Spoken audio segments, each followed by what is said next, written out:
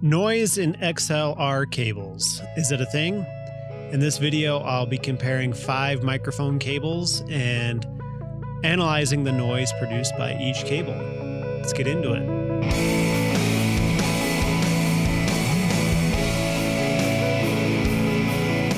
This is essentially a review of the Audioblast HQ-4 Star Quad XLR cable. But this video will also give you some insight into noise and noise issues common to XLR cables. I want to get right to the results. I know that's why you're here. Toward the end of the video, I'll be showing some close-ups of the construction, the connections and soldering of the Audioblast cable and comparing it to a standard XLR.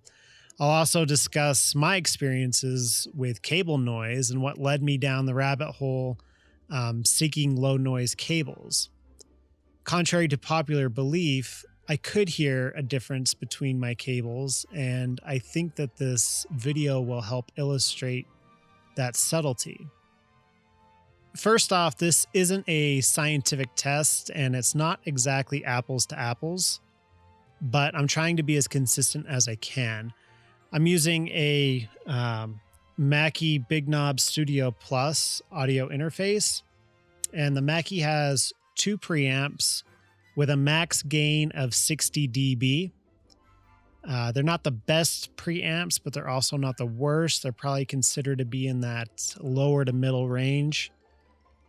For the test, I'll be maxing out the preamp by giving each cable full gain, and I'll use the same channel each time, even though both of the preamps on the Mackie are the same. Kind of the tone and noise may vary between the two, so I'll stay as consistent as I can by using the same channel for each cable. Also, one thing to note, not all the cables are the same length. They vary from 10 feet to 25 feet. For balance cables, this shouldn't really matter at this length, but generally speaking, the longer the cable, the more noise that it has. But I think that, as this video will show, that's not always the case. Each of these cables will be put under load and connected to a dynamic microphone that will be placed in the off position. This will allow the cables to be connected to the resistor in this microphone, but also won't pick up any of the room noise or any noise associated with this microphone. So all you'll hear is the noise of each cable and the preamp, and then the preamp will be consistent, so then you can compare that noise against the different cables. One thing to note about this mic is that it uses a 500 ohm resistor, not the typical 150 ohm resistor that you find in most dynamic mics. This won't have an effect on the noise or the noise floor of each cable, but it could, perhaps slightly color the sound with an impedance that you're not necessarily used to. I really don't think that you'll pick up on that. If you do, then you have super ears. So, but just wanted you to know, wanted to be upfront about it all. So let's get into it. All right, here we are in Adobe Audition, and I've gone ahead and recorded 10 seconds of each of our cables. That's what these are. And then you can see here, these are our recordings, our waveforms, but they're pretty darn flat because all I'm doing is recording cable noise. And then down here, you can see this is a typical traditional waveform. And Adobe has this really neat feature called the Spectral frequency view. And up here, this is what our typical waveform looks like. But down here below, this is a visual representation of the intensity of the frequencies in a given moment of time. So basically, you're looking at this exactly, they parallel each other. This is exactly what's happening on a waveform, but this is just a much different way of looking at this. And this gives us the entire frequency spectrum from 0 hertz all the way up to over 20,000 up here at the top. And the more intense a noise is, the brighter the color. So this waveform is just me speaking. I'm just saying a sentence. So down here, you can see that my voice registers much lower, between this 100 and 1000 hertz. And that's where everything's the most red. And then I stop speaking here in this section. And this purple denotes more of noise. Purple is our, our light color, or our least intense color. So this is just mic noise, room noise, everything else that's being picked up. And then this is me speaking. So this spectral view is going to play an important role when we start looking at our cables. And let's start here with the GLS. And what I've done is I've gone ahead and zoomed into each one of these waveforms, and I'll stretch it out to the full 10 seconds. But I want you to make sure you look every single time that these numbers are the same and these numbers are the same. That way you're knowing that we're seeing exactly the same magnification on each wave or each spectral frequency view. So look for this 81 and 81, and then this right here. And then this is the noise of the GLS cable. So you can see it's a little choppy. We've got our lines and it goes straight through. But, in all honesty, I don't want you to think that this is a bad cable or this is a bad view or anything. This is, as you'll see, basically what most of the cables look like, zoomed in like this. So what I'm going to do, I'm going to play the 10 seconds, and then in post, I'll probably cut it right at the 6-second mark, and I'll put a notification up on the screen, and then I'll contrast it with the Audioblast cable. So that way you get 6 seconds of the GLS, and then you'll get 4 seconds of the Audioblast, and then likewise as we go through. So let's go ahead and play this track.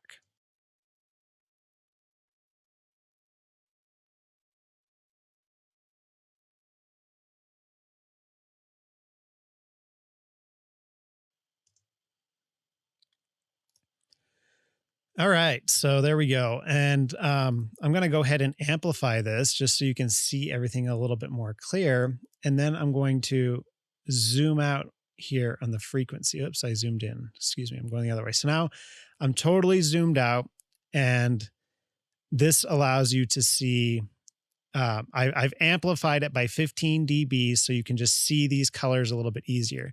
So here's down here, the primary source of all the noise on this GLS cable. And then up here, if you can see it, is the rest of the frequency spectrum. And you can see a little bit of the gradients throughout. So let's go ahead and look at our Monster Standard cable. So here's our Monster Standard. And again, each time we go in here, I want you to make sure you see the height of this wavelength. And then here's the noise. And then as you can see, we got a little bit of weirdness here, weirdness here. It's a little bit more inconsistent than the GLS is. And that denotes down here in our spectral frequency view. See these like brighter spots? So let me go ahead and play this cable for you.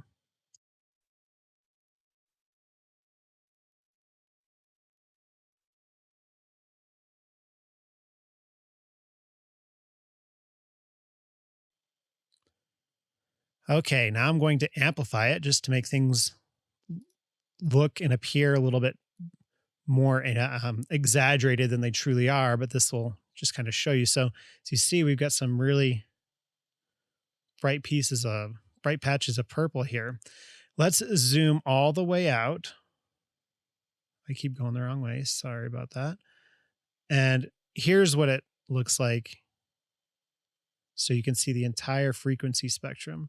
And again, inconsistencies, a little bit jaggedy, and I'm getting a lot more purple gradient out here than I did in the GLS.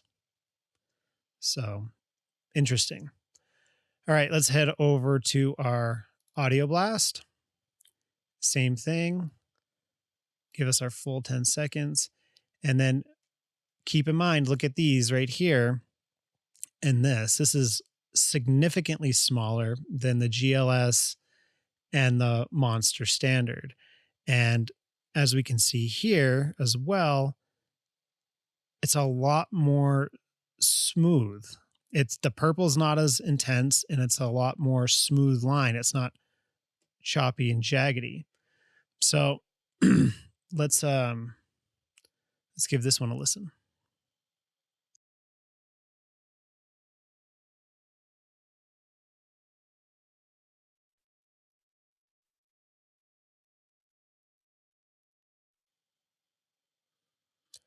All right, now we're going to go ahead and amplify it just so we can see everything a little bit more clearly and what's going on here. Very, very flat, consistent lines. And then once we get past here, I do see some stuff out here, but it's not nearly like it was on the others. Let's go ahead and zoom all the way out. Very dark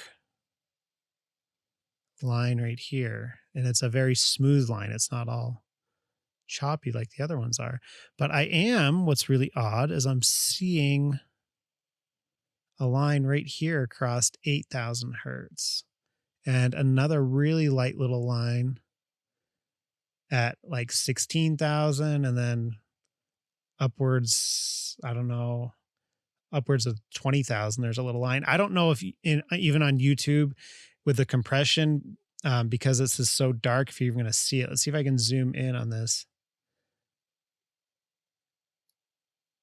So this is, okay, so right here, that's that little gradient line that I was talking about.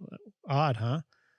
It's like about, 7.9 that goes up to 8.1. Huh, pretty weird. All right, let's move on to the next one. This is the Monster Performer. And again, just take a look over here that we're even. And then this is what it looks like down below. So I'm going to go ahead and play this for you.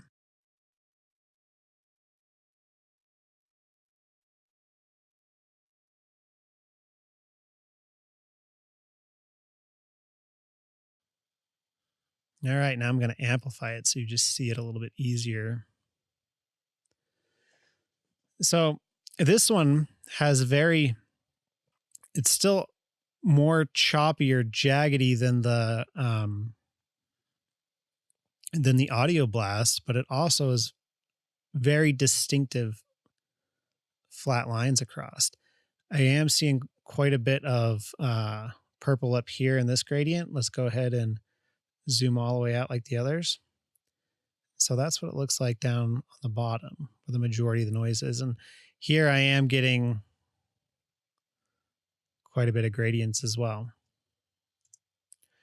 All right, let's do the blue, our last one.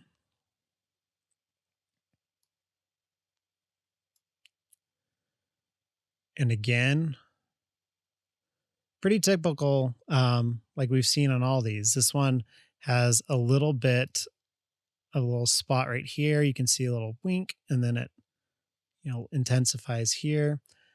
Let's go ahead and play this.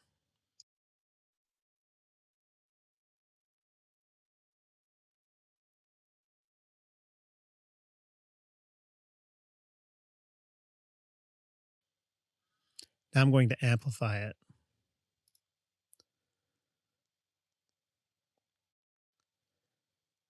All right. So I'm seeing more purple in this one than in some of the others. I think that the purple is a little bit more intensified. Let's go ahead and zoom out. We can see just kind of choppy and jaggedy. And again, this area isn't nearly as clean as that Audioblast. So I'll contrast. Let's go back to the Audioblast.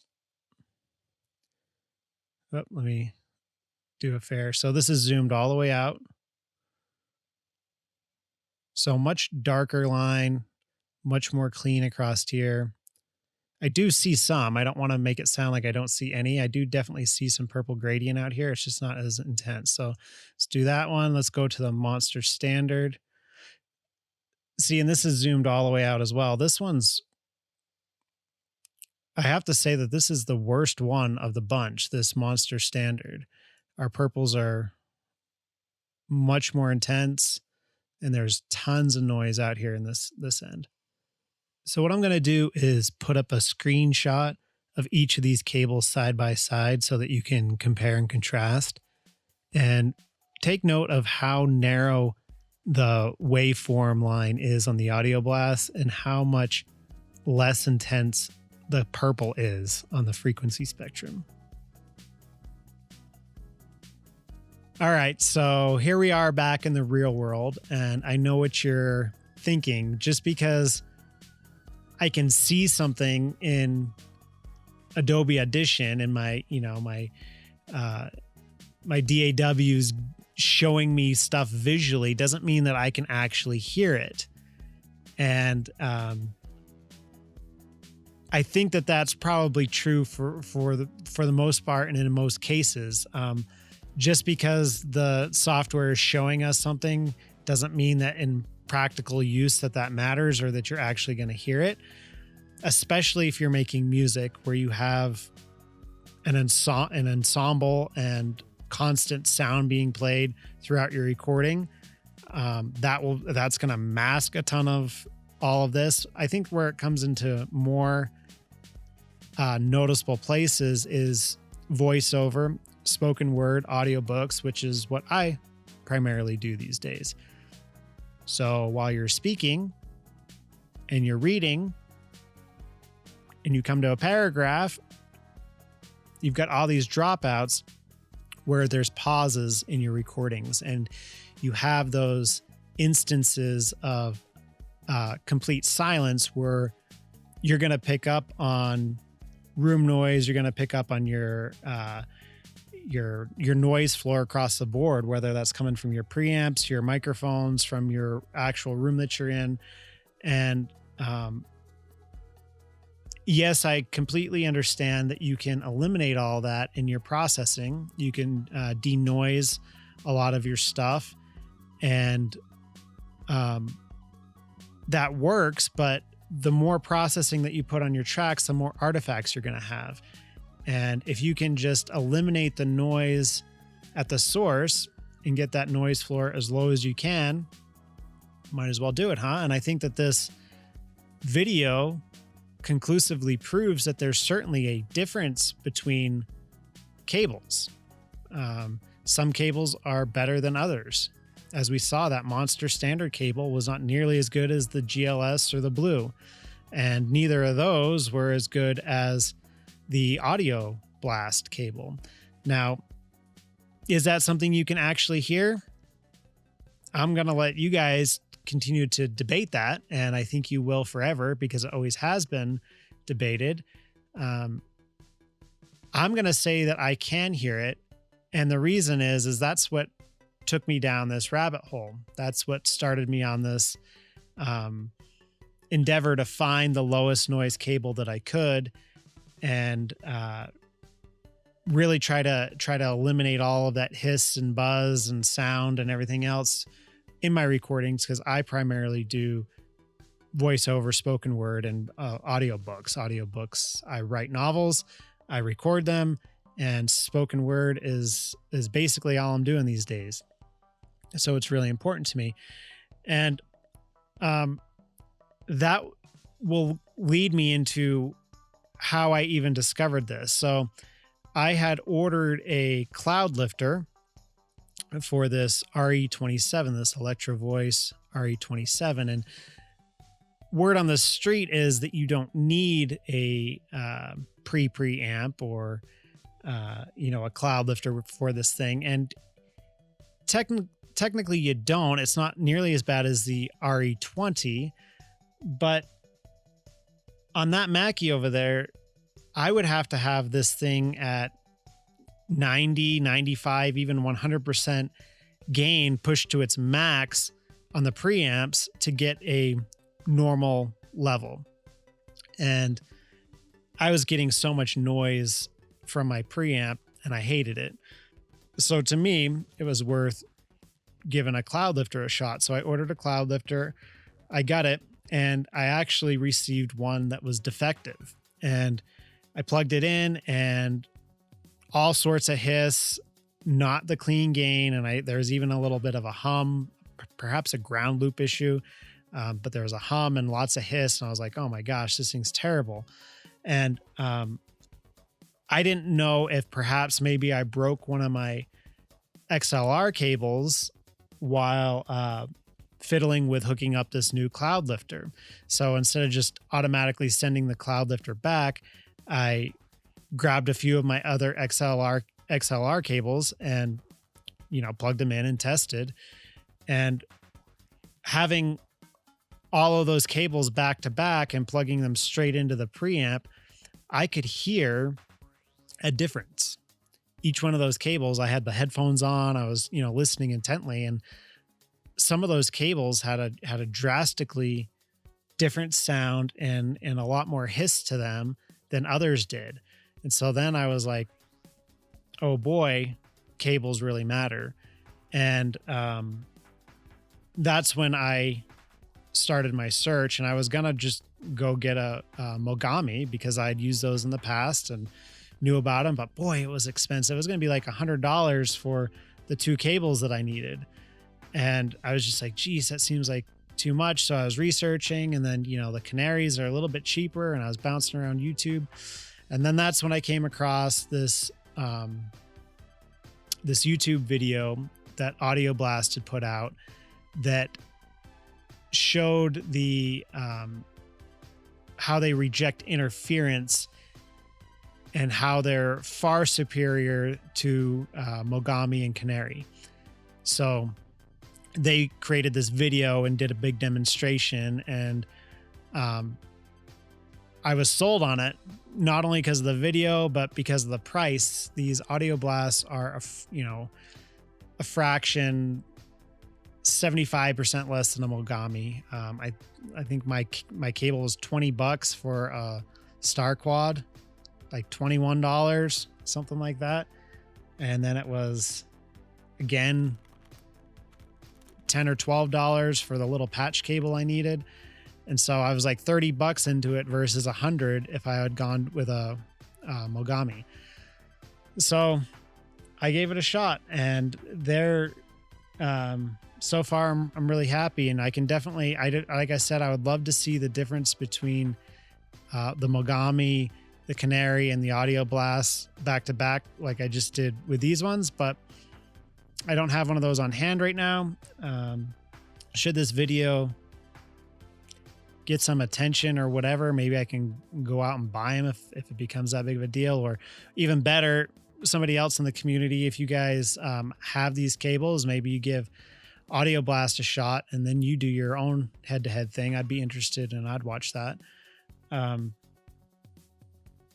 yeah, I mean,